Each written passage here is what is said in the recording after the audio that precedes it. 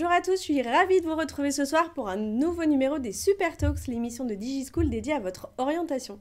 Ce soir, on vous emmène de l'autre côté de l'Atlantique, direction Montréal au Canada, parce que ce soir, on va vous parler des études techniques. Alors, à quoi correspond ce format d'études par rapport au diplôme qu'on peut préparer en France post-bac ?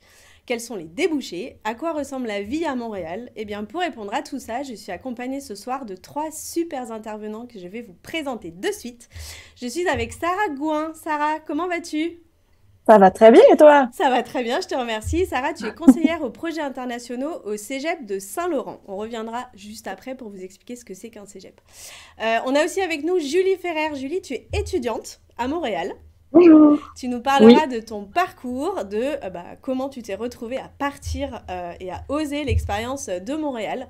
Et tu nous diras aussi dans quel type d'études, justement, tu t'es lancée, ce que tu as fait avant de partir. C'est super intéressant. Et notre troisième intervenant de ce soir, c'est Miguel Codès. Comment tu vas, Miguel? On t'entend pas?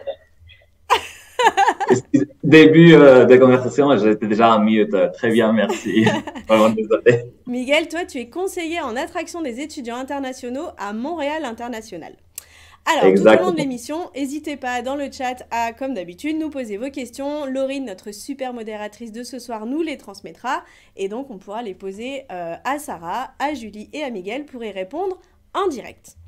Alors nous en France, quand on finit le lycée, parce qu'on s'adresse principalement à vous qui allez préparer le bac cette année et qui allez vous poser plein de questions sur votre orientation post-bac, nous en France, on a la possibilité de partir dans des études longues, des études courtes, des études professionnalisantes ou plutôt académiques. On va essayer de faire déjà, pour introduire cette émission, le parallèle avec comment ça se passe au Canada. Et c'est vers toi, je vais me tourner, Sarah. Comment ça se passe très globalement, avant de rentrer justement dans la thématique de ce soir, qui sont les études techniques. Mhm. Comment ça se passe quand on veut faire des études au Canada? Est-ce qu'on a cette même possibilité? Études courtes, études longues, études professionnelles, études académiques, comment ça se passe? Ben oui, exactement. En fait, les noms sont pas les mêmes, mais le principe, lui, reste le même. Donc, on a ce qu'on appelle chez nous les études secondaires, Mhm. qui correspondent à peu près au lycée. Donc, la dernière année du secondaire, c'est un peu votre bac. Et Ouais, après le secondaire, on rentre au cégep. Ça, c'est vraiment unique au Québec. Ça existe nulle part ailleurs, même pas dans le reste du Canada. C'est le Collège d'enseignement général et professionnel. Ben, ça, c'est pas très important de connaître l'acronyme. En gros, le cégep, c'est vraiment l'étape juste avant l'université. Donc, ce que vous iriez faire la licence après votre bac. Nous, il y a l'étape entre les deux qui est le cégep. Il y a deux parcours possibles au cégep. D'un côté, les parcours préuniversitaires qui mènent donc directement aux études universitaires et le parcours technique dont on vous parle aujourd'hui ou ce soir dans votre cas, qui est donc le DEC technique, le diplôme d'études collégiales techniques, qui est un parcours à la fois professionnalisant et préuniversitaire. Donc, si vous voulez poursuivre vos études à l'université après, c'est possible, mhm. mais c'est aussi professionnalisant. Donc, on peut rentrer sur le marché du travail tout de suite après avoir fait le cégep dans un parcours technique. D'accord.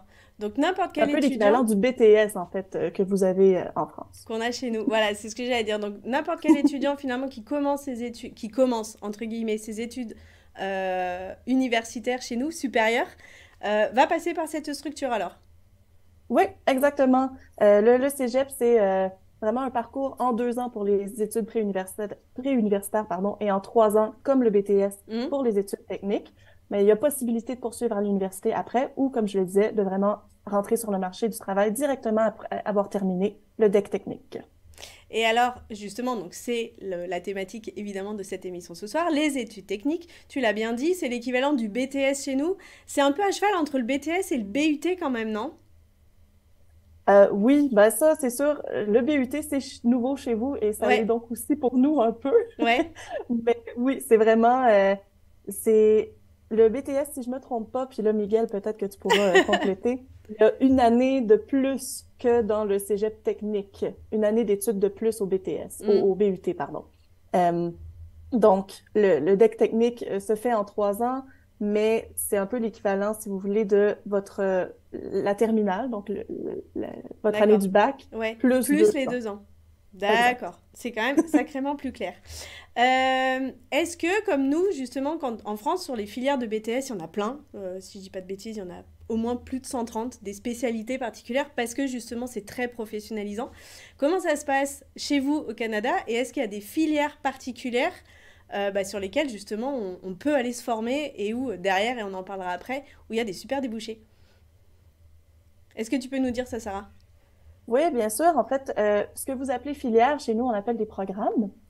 Donc, on en a vraiment, je pourrais pas vous dire le nombre, ça peut-être que Miguel le sait, mais il y en a aussi Ouais. plusieurs dizaines de filières différentes dans nos programmes techniques. Et puis, les quatre principales, je vous dirais, les quatre familles de filières qu'on peut retrouver, là, on parle surtout de la santé, de l'éducation, de l'ingénierie, des technologies de l'information. Donc, c'est vraiment toutes sortes de programmes qui vont se décliner sous ces Mm. grandes familles. Ok. Donc, par exemple, en ingénierie, on peut parler d'architecture qui est semblable à génie civil qu'on peut trouver dans les IUT, techniques de génie mécanique, on a des techniques en électronique, en Mhm. robotique, en géomatique. Ça se décline vraiment sous toutes sortes de possibilités, là. Ouais. Toi, Julie, t'es partie dans quel programme? Alors moi, je suis en commerce de mode actuellement, Ok. On y reviendra tout à l'heure, mais ça permettait d'illustrer un peu justement bien le sûr, programme, la voie, la filière. On va se mettre bien d'accord sur sûr. les termes sur lesquels toi t'es parti.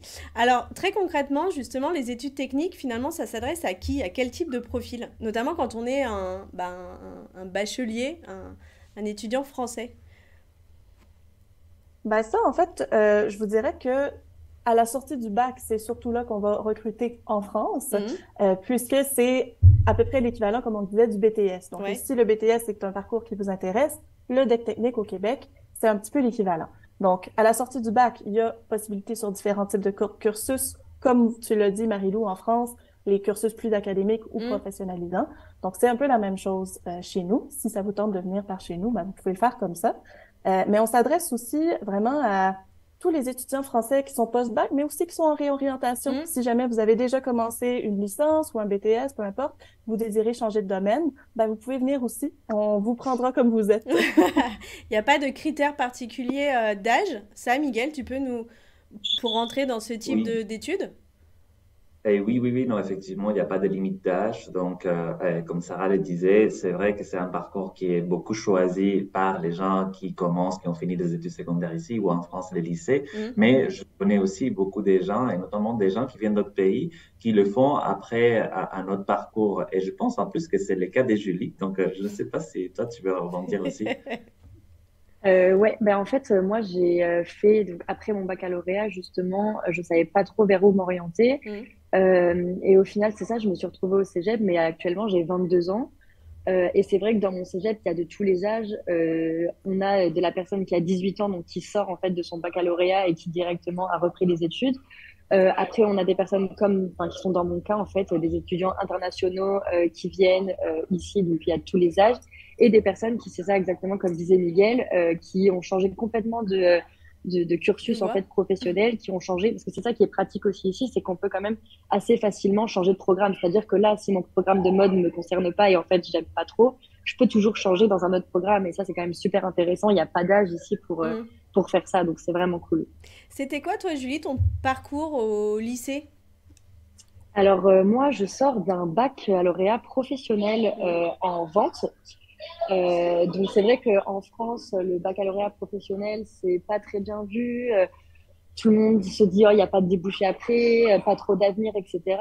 Et en fait, quand je suis arrivée ici, je me suis rendu compte que c'était tout l'inverse. Mhm. Parce que je retrouve des gens qui, justement, étaient en général et au final, on se retrouve au même niveau et dans les mêmes cours. Ouais. Et j'ai pas du tout de difficulté à ça. C'est vraiment.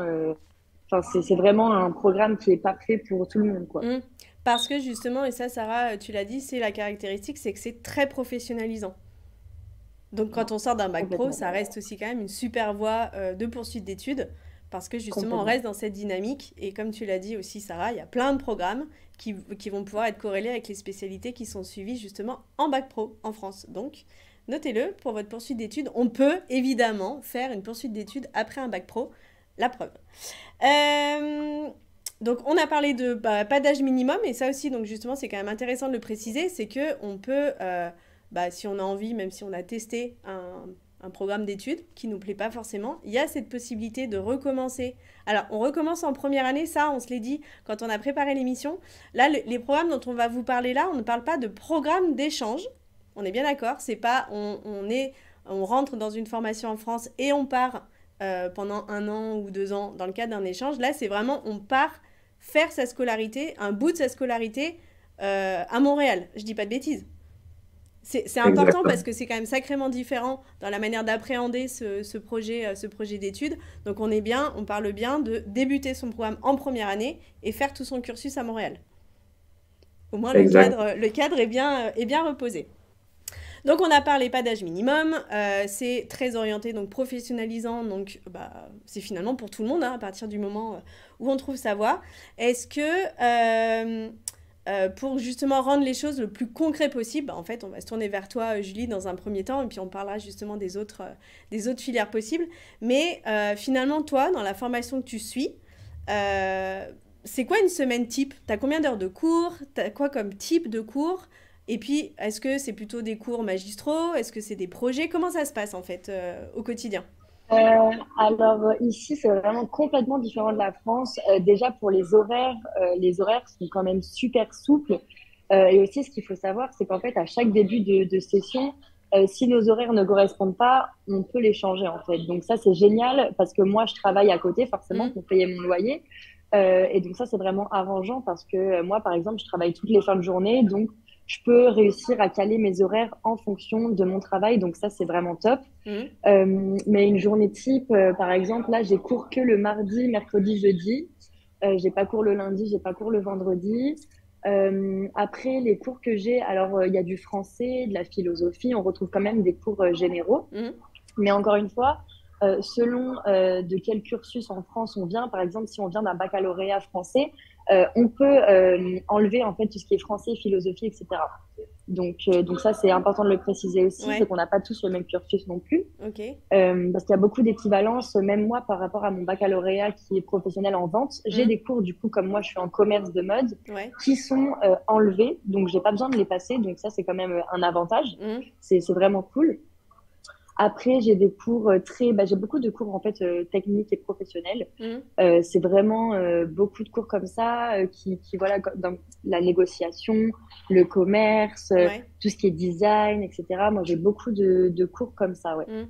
Mais C'est beaucoup professionnalisé. c'est plutôt sous forme de cours un peu magistraux. Vous avez un prof qui intervient ou vous êtes sur du projet, sur des choses comme ça en Alors classe? ouais, c'est ça, c'est vrai. Ici, c'est beaucoup de projets de groupe. Ouais. C'est beaucoup moins stressant qu'en France. Mhm. Honnêtement, c'est vraiment, si on aime bien l'école et que le cursus est intéressant et que le programme est intéressant, franchement, enfin, c'est vraiment cool d'aller en cours parce que c'est Mhm. beaucoup de projets avec les gens de ta classe, en fait.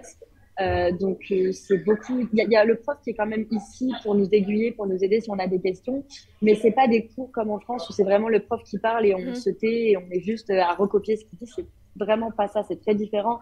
Encore aujourd'hui, ce matin, j'étais dans un cours et voilà, pendant 1 heure et demie, ça a été de projet de groupe. Donc, on Mhm. était en groupe de 3-4 et puis on fait nos projets de cours et c'est vraiment cool ça. Ouais. En règle générale, Sarah, est-ce que tu pourrais nous donner un équivalent en termes de volume horaire, d'heures de cours, pour justement se rendre compte le temps qu'on a à l'école et le temps qu'on peut avoir à côté quand on est étudiant? Oui, ben absolument. Ben, comme le dit Julie, ça peut vraiment varier en fonction du cursus que vous choisissez. Mhm. Donc, c'est sûr que le programme a des heures différentes. Moi, je me suis informée auprès de mes collègues à l'organisation scolaire de mon cégep pour être sûre de vous donner une bonne réponse. Et puis, on m'a dit que c'est en moyenne à environ 30 heures de cours par semaine.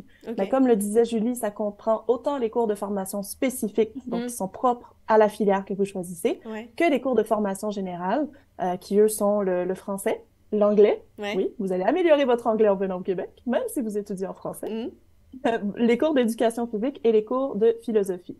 Comme le disait Julie, les cours de philo, de français, si vous en avez déjà fait dans votre parcours, Mhm. il y a façon de les rendre, de les enlever de votre horaire puisqu'on Ouais. on établit une équivalence avec ce que vous avez déjà fait. Donc, il y a Ok. moyen, comme le disait Julie, donc d'alléger un petit peu votre session. Mais on parle d'en moyenne, donc 30 heures de cours par semaine, Mhm. mais c'est flexible. C'est pas du 8 à 5 à tous les jours, là. D'accord. Les cours, vous pouvez les placer comme vous voulez dans votre horaire. Ok. C'est vachement bien ça pour pouvoir avoir un job à côté, mais On en parlera tout de Absolument. suite après dans la vie à Montréal. Est-ce que, là aussi, pour essayer de faire un peu un parallèle avec ce qui est un peu proposé en France sur le format pour ce côté professionnalisant, pardon, en BTS, on a souvent un stage où on peut faire un BTS en alternance. Alors, l'alternance, ça n'existe pas au Canada, si je dis pas de bêtises. Mais où, ouais, non? Il y a un équivalent? Ça dépend des cégeps, en fait. Ah, Il y a certaines techniques qui permettent de faire des stages professionnalisants pendant le parcours. Il y en ouais, a que c'est vraiment sous format alternance travail-études, d'accord, mais c'est vrai que c'est en développement, donc c'est pas partout le cas. d'accord. Mais la plupart sont en train de développer cette offre-là, Hmm. de faire des stages là, pendant les études Ouais. techniques. Parce que ça, Ouais. justement, ma question, c'était comment, enfin, quelle est la place de l'étudiant en entreprise, et donc en mise en situation professionnelle, même si Julie, tu nous dis qu'en cours, il y a quand même ce mode projet qui se met en place. Ça représente combien de temps, justement, sur la formation, cette immersion professionnelle qui est proposée, et comment ça se passe? C'est en début de cursus, en milieu de cursus? Il y en a un peu tous les ans. Est-ce que vous pouvez nous expliquer un peu comment ça fonctionne?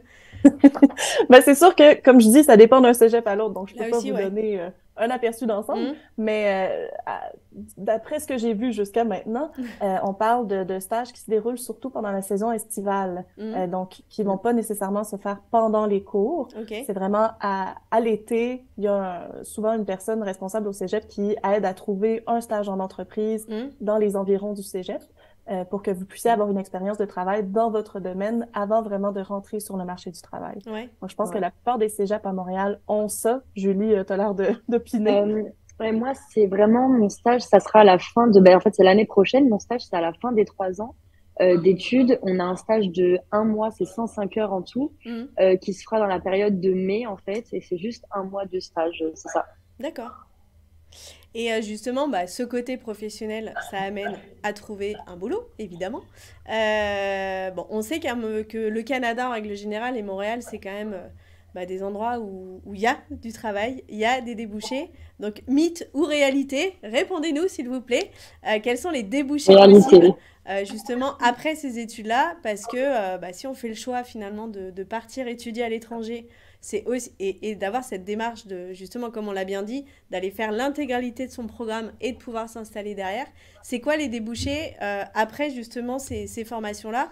Et peut-être avoir quelques petits exemples dans les fameuses 4 filières là, dont vous nous Mhm. avez parlé tout à l'heure. Miguel, est-ce que tu pourrais nous expliquer un Bah peu en termes de oui, débouchés comment ça se passe? avec plaisir. Bah déjà, te dire que ce n'est pas un mythe, c'est une réalité.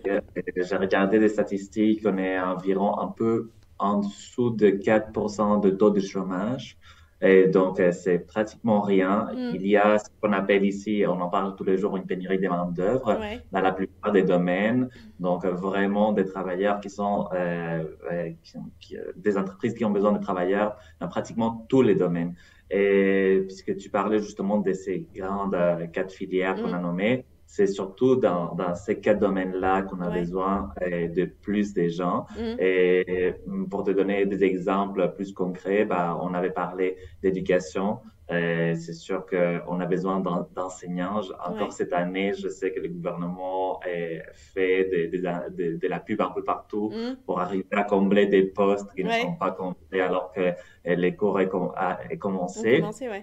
Et ce sont des salaires qui sont intéressants. On parle pour, par exemple, un enseignant du préscolaire ou du primaire, des salaires, et on parle des salaires d'entrée d'environ 30 dollars de l'heure, Hmm. ce qui est quand même très intéressant. Et puis, bah, si on passe à d'autres domaines, par exemple, dans l'ingénierie dont on a parlé, on a un technicien en génie civil, par exemple, va avoir un salaire de 26 dollars de l'heure en début de parcours, mais on parle d'un taux de placement de 90% Ouais, c'est et un énorme. taux de chômage qui est vraiment de l'ordre de 3%. Hmm. Je change encore de domaine. On parlait de technologie de l'information. Je pense par exemple au programme de technologue en intégration multimédia. On va avoir des salaires aussi autour de 30 dollars de l'heure en Hmm. début De carrière. de carrière. Et encore une fois, un taux de chômage qui est très bas. Et en santé, on va surtout parler des programmes de soins infirmiers qui mènent vers un emploi d'infirmière générale Hmm. et ici, encore une fois, des salaires d'entrée, des postes de 32 dollars de l'heure et un taux de chômage qui est proche des zéro. Donc, vous D'accord. voyez, il y a du boulot en général Ouais. parce que même si vous venez ici, vous voulez avoir un job étudiant, ça va être très, très, très simple de l'avoir. Mm. La plupart des étudiants que je connais ici en ont un, Ouais. mais ensuite, pour un début de carrière, en ce moment, le marché du travail est extrêmement dynamique partout au Canada, mais particulièrement au Québec et à Montréal. Mm. Donc, je vous l'ai dit, vous n'allez pas être au chômage. Et Ouais. surtout, si vous faites des études ici et que vous avez un diplôme ici, ça va être très simple pour vous de vous lancer et d'avoir une première expérience professionnelle. Ouais. On va reparler des petites démarches justement en termes de visa, choses comme ça pour travailler, mais il y a quelqu'un qui nous a posé une question dans le chat qui dit, donc il est étudiant en première année de médecine en France, est-ce qu'il est possible de continuer ses études de santé au Canada? Sur la Des études médecine, de santé, on rentre pas oui, mais là-dedans. des études Si. de médecine, bah, aujourd'hui déjà on parle d'études techniques, donc Mm. ça rentrerait pas, mais Ouais. en plus, je vous l'ai dit, les études de médecine, parce qu'il y a une grosse demande déjà Mm. ici à Montréal et au Québec, sont réservées aux étudiants québécois D'accord. et éventuellement canadiens, donc non très compliqué de poursuivre un parcours en médecine. Ouais. Par contre, le domaine de la santé est très vaste Mm. et il y a par exemple la psychologie, on a parlé des soins infirmiers, il y a Mm. aussi la pharmacie. Donc, Ouais. tous ces domaines-là, oui, ils sont ouverts, ils sont très en demande. D'accord. De toute façon, on vous mettra dans la description de la vidéo et vous pourrez trouver justement tous ces débouchés, toutes ces filières sur le site Oui, Je choisis Montréal et le exactement. site de Montréal International. Comme ça, vous aurez vraiment toutes les infos. Et puis, bah, de toute façon, comme on le dit souvent, faut pas hésiter à vous renseigner directement. Vous avez un Miguel qui pourra vous répondre en fonction de votre profil. Mais là, malheureusement, ce soir, on va pas pouvoir détailler tout. Mais en tout cas, la question était hyper pertinente parce que on parle de santé, donc évidemment, Oui.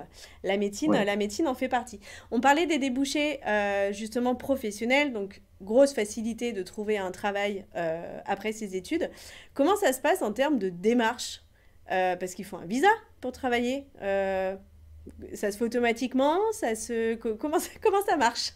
Je vous explique ça très rapidement. En fait, quand on vient ici en tant qu'étudiant, on a besoin d'un permis d'études, mais il y a une Mm. première démarche qui s'est faite auprès du gouvernement québécois parce qu'on est dans un État où il y a plusieurs paliers gouvernementaux. Donc, le premier document dont on a besoin, c'est un document qui s'appelle Certificat d'acceptation du Québec. Mm. C'est une démarche plutôt administrative, mais c'est un document qui dit qu'on est admissible à faire des études au Québec. Ok. Et donc, c'est les documents qui nous permettent de demander les permis d'études. Donc, avec ces documents-là en main, on demande les permis d'études et notre permis d'études nous permet évidemment d'étudier, mais Mm. aussi de travailler. Un permis d'études nous permet de travailler jusqu'à 20 heures semaine pendant la période des cours et à temps plein pendant les périodes des vacances. Donc, oui, avec un seul visa ou permis étudiant, on peut étudier, mais aussi travailler, Mm. évidemment avec une limite pour éviter que les gens viennent Oui. et qu'ils lâchent les études pour juste travailler. Mais je pense que c'est quelque chose que les étudiants font, de travailler à mi-temps et puis pendant les Mm. vacances, s'ils veulent être à temps plein, il ne faut pas demander un permis de travail en plus. Ouais. Toi, Julie, tu disais tu travailles justement à côté de tes études? Ouais, c'est ça. Ouais. Moi, je travaille depuis que je suis arrivée. En fait, j'ai trouvé super facilement parce que, Mm. comme disait Miguel, ils cherchent beaucoup. Enfin, vraiment, tu vas au bout de ta rue, tu demandes à l'épicerie, ils te prennent directement. Ouais. Donc, sur ça, il n'y a pas eu trop de problèmes. J'ai été prise directement. Et ouais, c'est ça, je travaille 20 heures par semaine, Mm. plus pendant les vacances où je peux travailler temps plein. Ouais. Mais je veux dire, au niveau du rythme et concilier ta vie d'étudiante et Mm. ta vie de toi là-bas, Bah, ça se concilie franchement, facilement? c'est faisable parce que, comme je dis, enfin, moi, j'ai par semaine, là, actuellement, je suis à 15 heures de cours semaine, donc Mm. c'est pas énorme. Ouais. J'ai pas cours le lundi, j'ai pas cours le vendredi. Ça me laisse du temps, Du plus le temps, ouais. week-end, donc franchement, j'arrive à tout faire, quoi, Ouais. sans problème. Petite question, bête mais pas bête en même temps. Donc, le Canada, on parle français, mais comme tu le disais tout à l'heure, Sarah, est-ce que et on va enchaîner derrière sur justement la manière dont on candidate dans vos formations, mais est-ce que, comme on est quand même en Amérique, est-ce qu'il y a besoin de passer le TOEIC ou le TOEFL pour intégrer les formations que vous proposez dans les cégeps? Euh, là, Je n'ai pas vérifié, mais si je me trompe pas, non, ce n'est pas nécessaire. Voilà, merci Julie, je vois qu'elle confirme. Ce n'est pas nécessaire, en fait. Chaque cégep a, après ça, sa démarche pour faire passer un test à l'interne. Ok. Donc, chaque étudiant qui rentre au cégep doit passer un test d'anglais, tout simplement pour qu'on le classe dans le niveau d'anglais qui lui convient le mieux. Ouais. Donc, il y a 3 niveaux d'anglais et un cours de renforcement si jamais le niveau d'anglais est trop faible pour rentrer dans le premier. Ok. Mais c'est ça, donc le test se fait au cégep lui-même une fois l'admission complétée. Il n'y a pas de test à faire en amont. D'accord, c'est pas un critère d'admission, quoi. Non. Ok. Ça, je dis ça pour les cégeps francophones. Oui. Pour les cégeps anglophones, la réponse est peut-être différente dans ce cas-là. La réponse est différente, en effet, parce que comme les études sont en anglais, ben alors, pour être accepté, on va vous demander un niveau d'anglais déjà d'entrée des jeux. Ouais. Mais si vous faites des études qui sont majoritairement en français, ben alors, ce ne sera pas nécessaire. Il n'y aura pas besoin. Alors, comment on fait pour candidater? Moi, aujourd'hui, voilà, on est le 2 février, je suis au lycée, en terminale, je me pose plein de questions, ou pas que, parce qu'on a bien dit que c'était aussi ouvert aux personnes en réorientation. Je voudrais, à la rentrée prochaine, changer de vie, partir à Montréal. Comment je fais, là, en termes de planning, en termes de démarche? Comment je me renseigne? Comment ça marche, en fait?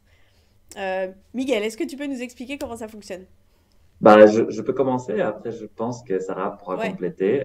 D'une part, nous, sur notre site Je choisis Montréal, on a un outil qui s'appelle Connexion Études. Donc, si vous allez sur notre site web, vous allez les trouver. Et en fait, c'est tout simplement un petit formulaire qu'on va remplir avec des informations du type quel domaine m'intéresse, quel niveau d'études, des études techniques et dans quelle langue. Ouais. Et à la fin, vous allez avoir les établissements de Montréal qui offrent ces programmes-là. Donc, ça va vraiment déjà vous aider parce que vous allez vous tourner directement vers les programmes qui vous intéressent et peut-être que si vous faites une recherche Google, vous allez rater certains. Ouais. Donc, ça peut déjà vous aider. Après, nous, sur notre site web aussi, on a toutes les démarches expliquées une par une, ce qu'il faut faire pour s'y prendre, etc. Mais effectivement, maintenant, on parle justement des candidatés et je vais peut-être laisser Sarah donner la réponse parce que je pense qu'elle connaît bien la procédure. Oui. Dis-nous tout Très bien, ça. je l'explique régulièrement, donc ça devrait aller. Donc, en fait, c'est assez simple. Pour candidater, il y a un service régional d'admission, qui s'appelle le SRAM, puisque c'est le service régional d'admission de Montréal, et qui regroupe en fait toutes les demandes d'admission pour tous les cégeps de la région de Montréal.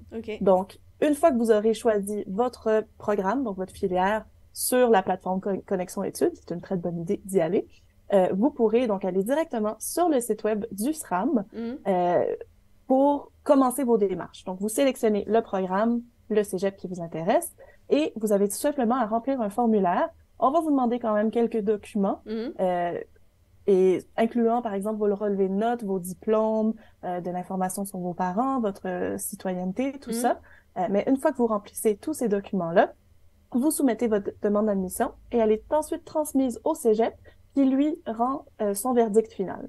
Chose importante à savoir, on ne peut pas remplir plus d'une demande d'admission à la fois. Donc, on ne peut pas candidater dans plusieurs établissements différents.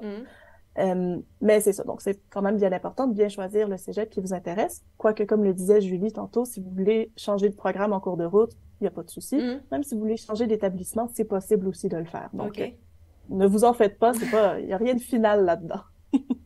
Et c'est quoi qui va être... Dernier... Vas-y.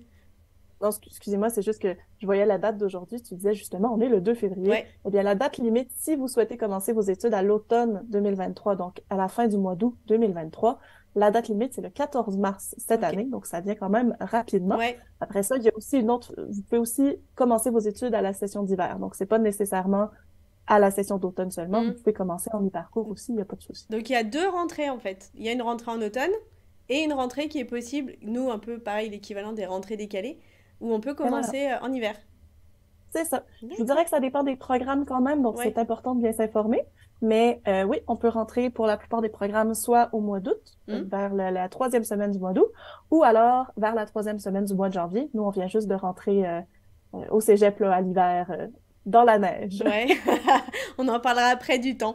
Donc tu nous dis dans les papiers qui peuvent être demandés, les documents, il y a les relevés notes, il y a des choses comme ça. Est-ce que qu'est-ce que vous allez regarder, vous, en tant qu'établissement, dans la candidature des jeunes, des candidats?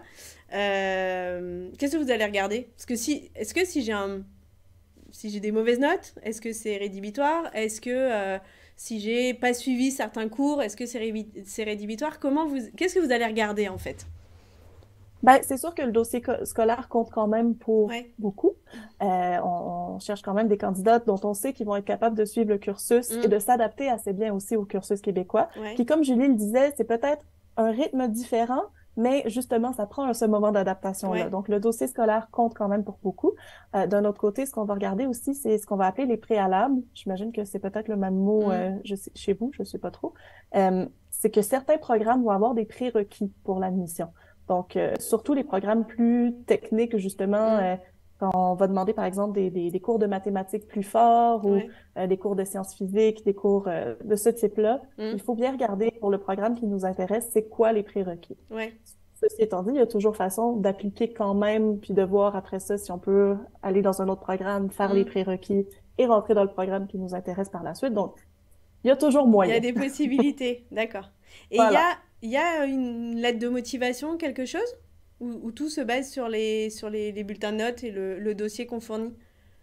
C'est plutôt basé, oui, sur le Ouais. dossier scolaire. On ne demande pas de lettre de motivation. C'est sûr qu'il y a toujours des programmes particuliers Mm. aussi. Bon, là, je penserais, par exemple, on a chez nous, au Cégep de Saint-Laurent, une technique professionnelle de musique et de chanson. Ben là, peut-être que une fois que l'admission est complétée, ben, il y aura peut-être des étapes supplémentaires pour faire Mm. une audition, par exemple, des choses comme ça. Mais en général, il n'y a pas il y a pas de D'accord. démarche supplémentaire. Alors, une des vraies grosses spécificités des études techniques pour les Français, c'est que ça coûte pas grand-chose. On peut le dire quand même. Est-ce que Miguel, tu peux nous parler justement du coût des études quand on est français, quand on s'engage dans des études techniques? Ah oui, ça aussi, c'est un gros avantage pour vous, Mm. Français. Et je le dis à chaque fois quand je parle à des Français, vous êtes très chanceux et vous êtes les seuls parce que le gouvernement du Québec a un accord avec le gouvernement français qui fait en sorte que les Français ne payent pas des frais de scolarité Mm. pour les études techniques. Il peut y avoir des frais qu'on appelle des frais afférents, des frais des matériels, des choses comme ça, mais qui Mm. vont être des montants très petits, et pas aller juste pas au-delà de $300. Mais par contre, les frais de scolarité, comme les autres étudiants internationaux Mm. d'autres pays vont payer, ça n'existe pas pour les Français. Donc, vous pouvez vous dire que l'élève qui est à côté, malheureusement, qui vient dans notre pays et qui veut absolument faire ses études techniques, il est en train de payer les coûts totaux de la formation, qui est quand même élevé. Mm. Et vous, grâce à justement à ces accords entre D'accord. les deux pays, vous ne payez rien. Donc, vous avez à la fois un diplôme et une expérience internationale et vous êtes en train d'économiser par Mm. rapport à justement des études universitaires ici ou des études dans des écoles ou dans des études tout Mm. simplement dans d'autres pays. Je voyais Julie qui disait comme ça sur le coût des études. Ouais, donc Oui, c'est finalement, vrai. c'est vrai que c'est quand même c'est hyper intéressant parce que ça fait un gros budget en moins quand on sait ce que ça peut coûter Ouais, ça, quand c'est on part sûr. dans le supérieur. Et est-ce que C'est ça sûr. existe, alors si on comprend bien, donc il n'y a pas de frais de scolarité à part entière, est-ce que quand même il existe des systèmes de bourse, parce qu'il faut quand même payer, assumer sa vie quotidienne d'étudiant, est-ce que ça existe quand même des bourses, comme on n'est pas dans le cadre de programmes d'échange avec les bourses sur critères sociaux qu'on peut avoir nous en France, est-ce qu'il y a des choses comme ça qui peuvent exister quand même pour les étudiants ou pas quand ils viennent de France, Miguel? Sarah, je te laisse répondre parce que je Ah ne pardon, connais pas. Sarah? Ouais, en fait, je dirais qu'elles sont plutôt limitées. Ouais, Les prêts des bourses gouvernementaux sont réservés aux étudiants de citoyenneté canadienne. d'accord. Donc, ce n'est pas accessible aux étudiants français. Hmm, Par contre, comme Julie le disait, il y a possibilité de travailler pendant ouais. les études et avec l'horaire flexible au cégep, c'est possible de le faire. Donc, Hmm, c'est pas, les bourses sont plutôt limitées. Après ça, ça peut varier aussi d'un cégep à l'autre. Vous pouvez hmm, toujours vous informer en amont si c'est quelque chose qui vous préoccupe. ouais, Mais en général, les bourses sont réservées aux étudiants et étudiantes québécois, ouais. québécoises. Peut-être que même s'il n'y a pas énormément de bourses, ce que je pourrais rajouter, c'est que le coût de la vie à Montréal est assez intéressant par rapport à d'autres villes, et notamment des villes du reste du Canada, des États-Unis, mais aussi européennes. Donc, vivre à Montréal coûte moins cher que de vivre à Paris ou que de Ouais. vivre à Lyon ou que de vivre à Marseille. Donc, on change de pays, oui, il va y avoir des frais supplémentaires, mais on économise dans la vie de tous les jours et surtout on économise aussi avec des droits de scolarité. Ouais. Donc, reste quand même un avantage. Peut-être qu'on va finir par payer la même chose qu'on aurait payé si on était allé dans une ville, dans une autre ville en France, mais avec cette expérience professionnelle et ces diplômes internationaux. D'accord.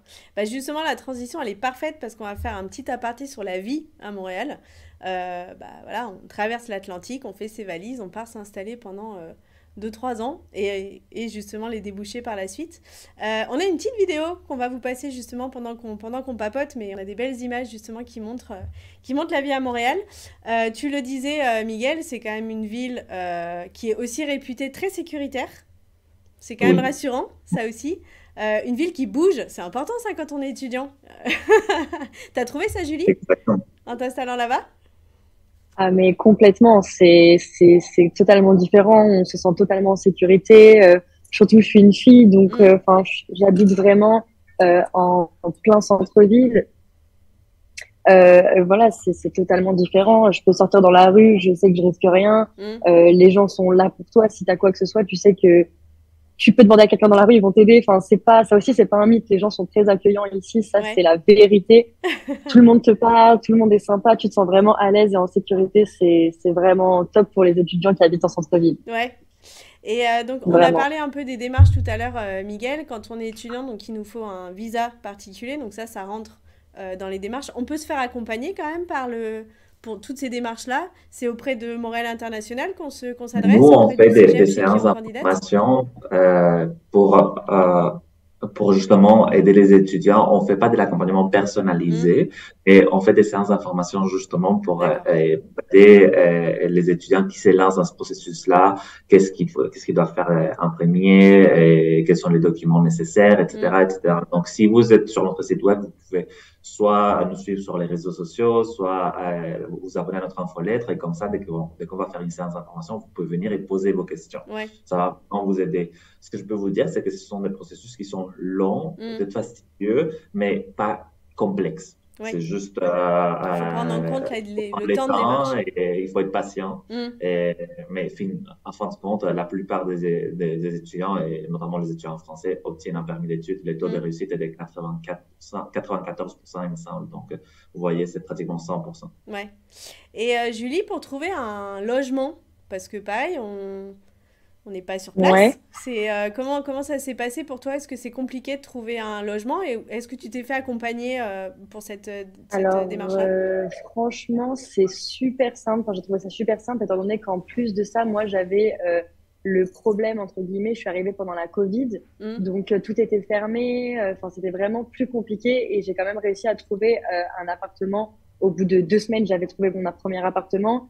Et 2 ans après, je suis toujours dans le même ouais. parce que ça se passe super bien. Mais non, franchement, on est vraiment bien accompagné parce que même le cégep, si j'aurais voulu me proposer en fait sur le campus étudiant une chambre, Hmm, donc ça, il n'y a pas trop de problème. Et puis même le campus vous accompagne quand même à trouver des sites sur lesquels aller pour trouver des logements.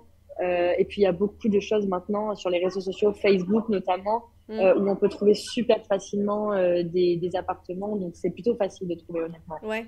Parce que bon, c'est quand même une sacrée question quand on arrive avec, avec ses valises C'est dans une clair, ville qu'on connaît pas, où il fait froid. c'est Parce sûr. que là, tu nous disais, Sarah, vous avez la neige. Comment on gère cette différence de température? En plus, je sais, Julie, tu nous as dit, tu viens du sud. La transition, comment Oui, ça oui. marche? Mais franchement, honnêtement, il faut juste bien se couvrir. Hmm, Et puis ça se fait honnêtement, hein. Bien ouais, couvert, tu peux sortir dehors sans aucun problème. Au début, et puis surtout que c'est cool, au début, la neige, etc. Tu prends du plaisir à être dehors, donc ouais. franchement, c'est pas méchant. Et je peux dire qu'il faut juste vivre l'hiver. Moi, je suis espagnol, ça fait 5 ans que je suis ici, donc je viens encore plus du sud Encore plus, que ouais. Julie. Et il faut juste se dire, on va profiter de l'hiver, on va faire des sorties hivernales avec Hmm, la raquette, des skis de font du patin et on va pas juste rester enfermé à la maison. Et une fois que tu vis l'hiver, et tu l'aimes. Ouais. Alors que si tu décides juste de rester à la maison, bah, c'est sûr que ça peut devenir plus difficile. J'ajouterais aussi que Montréal est une ville très vivante, même l'hiver, ce qui peut paraître Oh surprenant, oui, mais on a des festivals en Ouais. hiver. On est connu pour nos c'est festivals vrai. estivaux, mais on en a également en En hiver hiver. qui permettent vraiment de faire des parties à l'extérieur, toutes sortes de trucs, des grandes roues dans le centre-ville. Il y a toutes sortes de Ouais. choses à voir là, en hiver dans la ville. Ça, Une je vie, suis, je suis d'accord avec Sarah. une vie bien dynamique. Moi, j'ai une dernière petite question un peu sur les modalités pratiques de la vie là-bas. C'est au niveau de la santé. Comment ça se passe? C'est bien de partir avec une mutuelle particulière? Est-ce que dans le cadre, en étant étudiant, on a une couverture sociale qui est prise en charge? Comment ça se passe? Veux-tu expliquer, Julie, comment tu l'as fait? Sinon, je peux te donner des informations. Ben, je peux dire moi ce que j'ai fait. Alors en fait, ici, il y a un système, donc ça s'appelle la RAMQ. C'est ressemblant un peu à la sécurité sociale Mm. en France. Dites-moi si je me trompe, hein. Oui, Mais avec mon école, du coup, j'ai le droit du coup à la RAMQ, à cette carte-là, Mm. qui me fait bénéficier en fait des soins. Si j'ai besoin de soins médicaux, ben, je peux les avoir remboursés aussi. Mais à côté de ça, moi, j'ai pris aussi une assurance privée en plus de ça au cas où, Ouais, pour les voyages, pour le rapatriement, au cas où, pour vraiment les gros problèmes, entre ouais. guillemets. Mais sinon, je connais plein d'étudiants, des amis à moi ici, qui sont internationaux aussi, qui n'ont pas du tout pris d'assurance Mm. privée en plus. Donc, on est couvert quand même. Ouais. c'est ça. Ce que si je peux rajouter juste, Vas-y, c'est qu'il vas-y. y a encore une fois un accord entre la France et le Québec qui fait en sorte que si vous avez la sécurité sociale en France, vous pouvez, comme une espèce échanger votre carte et avoir la sécurité sociale l'équivalent ici au Québec. Mais après, si vous voulez encore plus une assurance qui est plus poussée, bah, vous pouvez prendre une assurance Mm. privée, mais pour les soins des bases, vous êtes couvert. D'accord. Donc, si on récapitule, les études techniques, c'est pour faire des études relativement courtes, mais très professionnalisantes. Il y a du boulot à la clé. On est dans une ville qui bouge, qui est cool, qui est sécuritaire, où le niveau de vie, comme tu disais, Miguel, est équivalent à la France en termes de coût de la vie, Voire moins cher. voire moins cher. Bon, c'est un peu faut traverser l'Atlantique, mais voilà, il y a le froid. Il y a plein donc de débouchés possibles et des grandes filières dans lesquelles voilà, il y a un besoin, en fait. On peut vraiment dire ça comme ça. Et alors, c'est dû à quoi, ce besoin, justement, dans ces filières-là, pour que, justement, des Français, notamment, viennent se former chez vous? Il y a une explication à ça? Bah, en fait, il y a surtout une population qui est vieillissante. Mm. C'est un pays aussi qui est assez jeune Ouais, et donc avec des gros besoins dans des filières justement qui sont en développement. ouais, C'est aussi un pays qui est très vaste et qui mm, reste beaucoup à développer. ouais, Donc, c'est surtout dû à ça. d'accord. Et, mais en tout cas, genre, ça donne plein de perspectives Ah bah ça, c'est et sûr, de ouais. beaux projets pour des jeunes comme celles et ceux qui nous écoutent. Exactement. Et donc, en plus, on l'a dit, pas de frais de scolarité, comme il y a un accord entre la France et le Canada. Donc, ça permet aux étudiants français de ne pas, en tout cas, avoir à débourser les frais de scolarité liés à ces formations. On candidate dès maintenant, si on est intéressé, parce que Sarah, tu nous l'as dit, il y a jusqu'à mi-mars. 14 C'est mars, ça. oui. Pour candidater, on vous mettra tous les liens qui vont bien. Miguel a parlé un petit peu plus tôt justement d'un site sur lequel vous pouvez retrouver tous les établissements avec les différents types de formations selon ce que vous pouvez rechercher. Donc on vous mettra tout ça. Est-ce que vous avez tous les trois un petit mot de la fin? C'est vous qui allez conclure hein, cette émission. Julie, je te laisse la parole en premier. Oui, ben moi, ce que j'ai à dire, c'est que vraiment, si vous hésitez à venir ici, vous posez pas de questions. Il y a beaucoup d'opportunités ici. La vie est géniale. Et puis, parce que souvent, ce qui leur fait peur, c'est la famille, le manque de la Mm. famille, etc.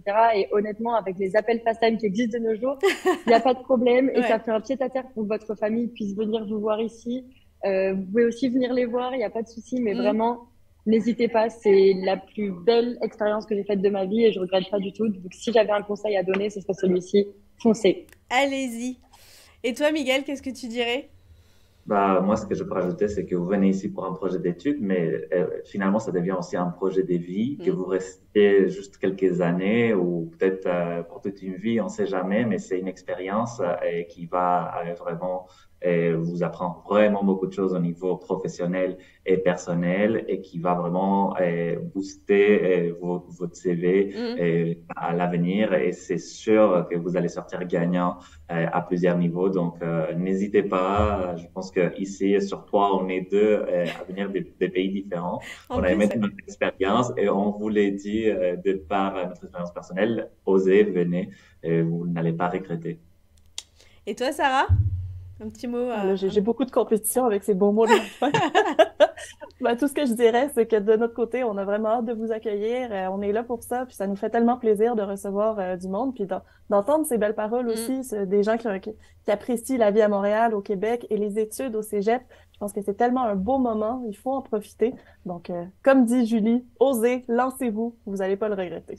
Eh ben écoutez, merci beaucoup à tous les trois pour vos conseils et vos explications. Et Merci. ben moi je vais conclure en disant osez, hein, parce que je crois qu'on sera assez unanime sur ce message-là.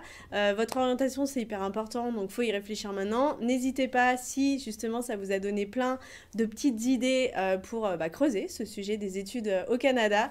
Renseignez-vous auprès directement de Montréal International. Miguel sera hyper content de vous répondre. Mais Évidemment. voilà, osez, parlez-en à vos parents, essayez de voir justement quels sont les débouchés et ce qui peut être vraiment très très très très très très cool comme expérience.